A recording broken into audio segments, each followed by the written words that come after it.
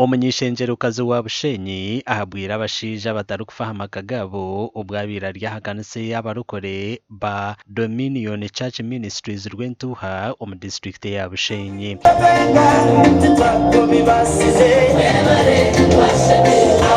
Ahantu h'abazire bashabirwa kuringaniza abana ababojana n'abishi.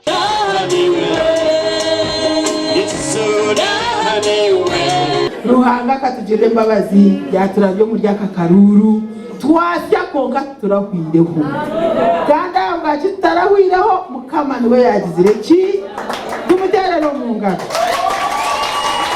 tukashasha no mukazo konga twazo mu kushaba twayemerera mu kushaba kandi cya surprisinga nyubwino bwashesha takumanya no cyankigendo mnisha umucyaro gwa kangambera. He called us smart people. We have nothing to do. We have no purpose.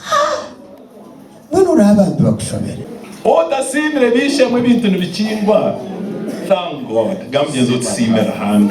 We have crossed our blessing in heaven because we don't thank Him.